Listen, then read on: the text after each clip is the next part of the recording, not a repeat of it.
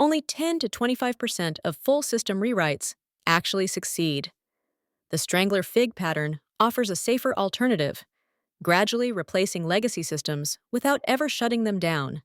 This walkthrough covers exactly what the pattern is, how routing works between old and new systems, and a clear implementation roadmap you can follow in your own organization. The data is brutal. Somewhere between 10 and 25% of full rewrites actually succeed. The rest either fail outright, drag on for years past their deadline, or get abandoned when the budget runs out. Meanwhile, your business maintains two systems, the old one still running in production, and the new one bleeding money. Most organizations simply can't afford that risk.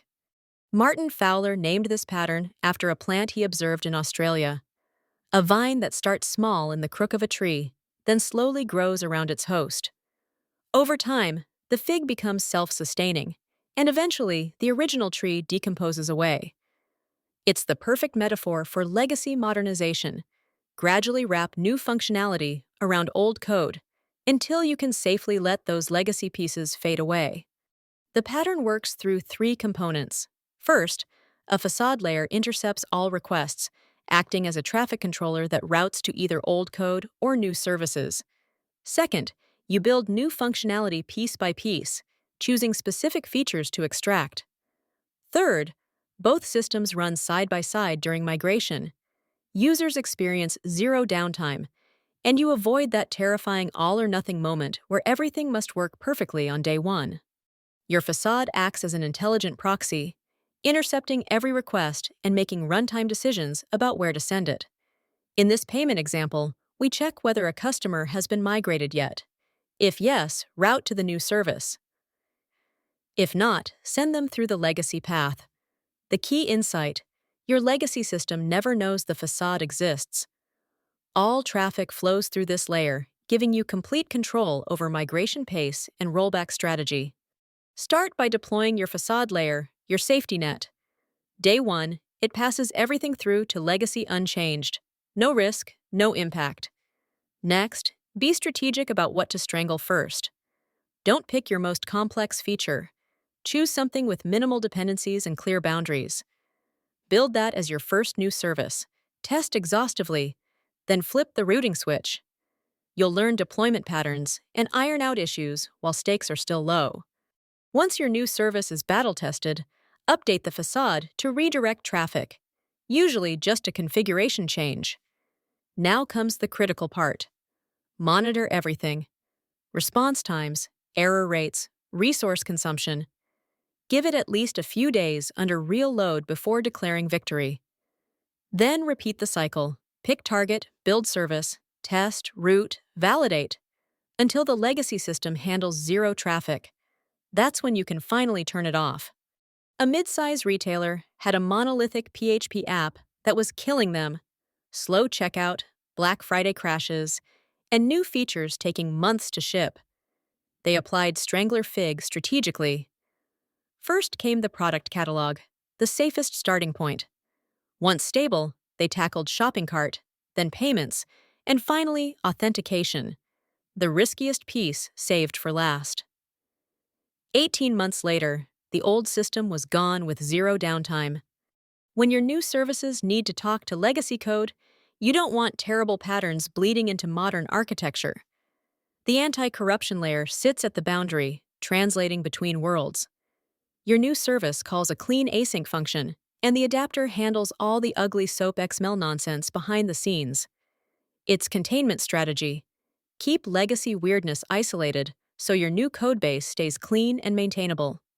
Your first strangler should be something that won't take down production if it fails. Think user preferences or notifications, but delivers enough value to prove the pattern works. The execution killer? Skipping observability up front. You need metrics on both sides of that facade. Feature flags are non-negotiable for instant rollback capability. And don't treat data migration as an afterthought. It's usually the hardest part, especially when dual writing to keep systems in sync during transition. That facade can easily become your bottleneck. You're funneling everything through one layer, so instrument it heavily and be ready to scale horizontally. Data sync is where most teams get burned. Dual writes create race conditions and drift, so embrace eventual consistency and consider event sourcing for critical paths. The silent killer? Undocumented dependencies hiding in legacy code. Spend real-time mapping integrations before cutting over, and always keep that escape hatch open to route back when something breaks. Strangler Fig shines when you've got a massive monolith running the business that can't go down. It's perfect when you need to ship features while migrating. The pattern lets you do both. What to avoid? Don't strangler a tiny app. Just rewrite it in a sprint. And if you can't get a facade in front of the system to intercept requests, you're dead in the water. The pattern only works when you control that entry point. With Strangler Fig, you're shipping value every sprint while migrating. Users see improvements immediately. Big bang? You're dark for months, maybe years, burning budget with nothing to show. Strangler lets you pivot based on what you learn. Hit an architectural dead end? Adjust course. Big bang locks you into decisions made 18 months ago when you barely understood the domain. Yes, Strangler needs routing infrastructure, but that's a small price for cutting failure risk by 70%. You're swapping uncertainty for control. Each increment gets validated in production before moving on. Your users keep working, revenue keeps flowing, and you're learning what actually works in the real world, not staging environments. Sure, you manage dual systems temporarily, but that complexity buys you the safety net. Would you rather juggle two systems for a while, or bet the entire company on a single switchover date? Week 1, map your dependencies. Figure out what talks to what. Weeks 2 and 3, build that routing layer. By week 4, pick your first migration target, low risk but valuable enough to prove the concept. Month 2, deploy your first new service alongside the old system. Month 3 onward, measure what's working, iterate, and gradually expand.